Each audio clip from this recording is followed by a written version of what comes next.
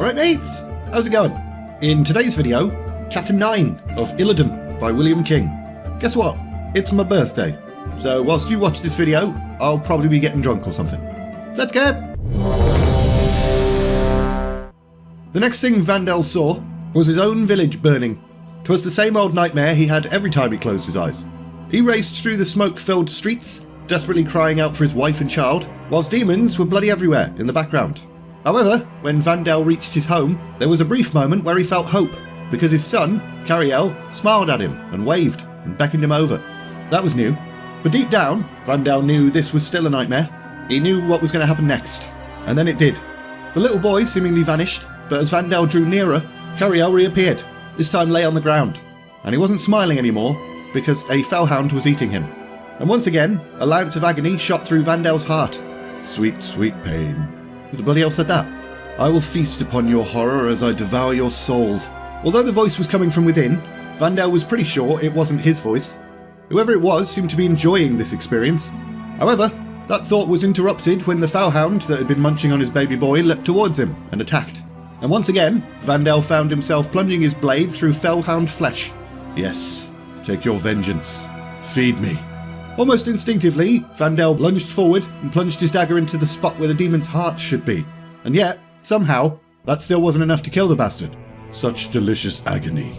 Both Vandel and the Felhound then started striking at each other. The demon scratchy-scratchied whilst the night elf stabby-stabbied. The pain from the monster's blows almost immobilised Vandel, but he fought through it until eventually the beast lay still on the ground, and Vandel lay beside it. Such nutritious grief. What are you? Images of Vandel devouring a still-beating demon's heart flickered through his mind. You believed you were consuming me, but I am consuming you. Vandel then felt something kick within his belly, trying to burrow its way out, trying to merge its spirit with his own. The reality of the burning village around him wavered, and he found himself back at the Black Temple, with Illidan Stormrage looking down at him. But then, the nightmare immediately returned, and walked his surroundings back to the burning village. Only this time, a massive figure loomed over him. A demon. Vandel got up and tried to rush towards it, but the intruder just effortlessly knocked him away. He then looked back towards his assailant. He could see them a little bit clearer now. They appeared to be a taller than usual night elf, with glowing tattoos, and a blindfold. Betrayer! You're behind this! Vandel clutched his dagger tightly, gathered his strength and threw himself forward. Never before had he struck a blow so pure, but Illidan caught his wrist and held it. I am not the enemy here. I'm going to kill you for what you've done. You will not be the first to try, but you are wasting your hatred. The Burning Legion did this. You serve the Legion. I serve myself. Lies. Vandel desperately tried to lean all of his weight into the dagger, but the blade did not move. Meanwhile, Illidan showed no sign of feeling any strain whatsoever. My family is dead because of you. Look around you. The demons are dead. I killed them. Lies. I arrived too late to save this place, which galls me. I was happy here once. 10,000 years ago. Vandel clenched his right hand into a fist and tried to punch Illidan, but the betrayer just blocked it. I grow tired of your petulance. I thought there was some strength in you. I witnessed you defeat that demon, armed only with a hunting knife. Are you going to stay here whimpering, or are you going to seek vengeance on those who did this? Join me, and you will have your revenge. Never. Illidan then casually backhanded Vandel away. The end of all things approaches, and I have no time to waste on fools. If you would have your vengeance, seek me out. And then, Illidan was gone, leaving Vandel alone amongst the ruins of his shattered life. You spoke the truth. You knew it as soon as you had time to absorb your grief. You spent all the long years of your wandering trying to find him. And now you have. But it won't do you any good. You are mine. The scene shimmered, and Vandel then found himself stood naked and alone. Except for that Felhound again. Alive and well. But one thing was different about it. It had the eyes of a night elf this time. It had his eyes, which was a bit weird. The creature then stalked forward, confidently. Vandel had no weapons and no armour, so there was nothing he could do about it. This isn't real. It is very real. If you die here in this spellborn dream, you die forever. The creature's claws then began ripping at Vandel's chest and tearing at his flesh, and it wasn't a great feeling. So, the night elf went ahead and did to the Felhound what Bane's done to Batman about 15,000 times. He picked the creature up, lifted it up high, and then snapped its spine on his knee. And just to make sure it died for reals this time, he dropped its now paralysed body on the ground and stamped on its throat. And then, driven by some inexplicable instinct, He went all Kalima, reached into its chest cavity, pulled out its heart and ate it.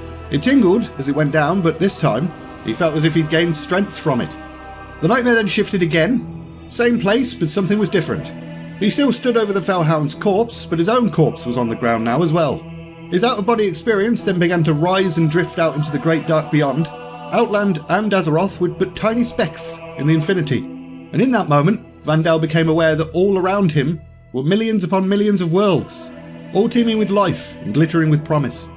As he focused on one particular world, he saw a golden land with a carefree people just minding their own business. But then, a portal tore open, and the unstoppable force of the Burning Legion poured through, and they just straight up destroyed everything and everyone. Bunch of pricks. Vandel realised he was not the only parent who had lost a child to these destructive maniacs. Every second of the day, thousands of people lost their children to them. They were too bloody strong. Nowhere, in all the worlds in all existence, was any force capable of defeating them. Now you know the truth. Join us. Never. Reality then shifted again. This is starting to get a bit annoying. Vandel now stood amid the shattered heart of a tower, blackened bones crunching beneath his feet, and that goddamn Felhound was back. But Vandel quickly disposed of it by picking up a bone off the ground and stabbing the bastard. And once again, he opened up its chest cavity, drank its blood and devoured its heart. And once again, his mind filled with a titanic vision. Not just one universe this time, but a near infinity of them, with new worlds born each minute. And the Burning Legion marched everywhere, invincible, unstoppable, dooming all universes to an eternal darkness. And behind it all, their leaders, Archimonde, who was definitely supposed to be dead by this point, Kil'jaeden, and Sargeras, the fallen titan. With each vision, Vandel could feel a part of himself die, and the demon within him feed on his agony. He tried to cover his eyes with his hands, but it didn't stop the horror from flowing in. He tried squeezing his eyes shut as tight as he could, but still he saw, and saw, and saw. So, he inserted his fingers into his eye sockets, manoeuvred his way through muscle and optic nerve, and pulled his own eyes out. And then there was darkness, and silence. Sometime later, Vandel finally awoke, and he was in a lot of pain. He had no idea where he was, and he couldn't see anything. And as he reached up to touch his face, he could feel that he had indeed torn his own eyes out. And the irony of this entire situation actually caused him to laugh out loud. He'd wanted power to kill demons, and yet now he couldn't even see.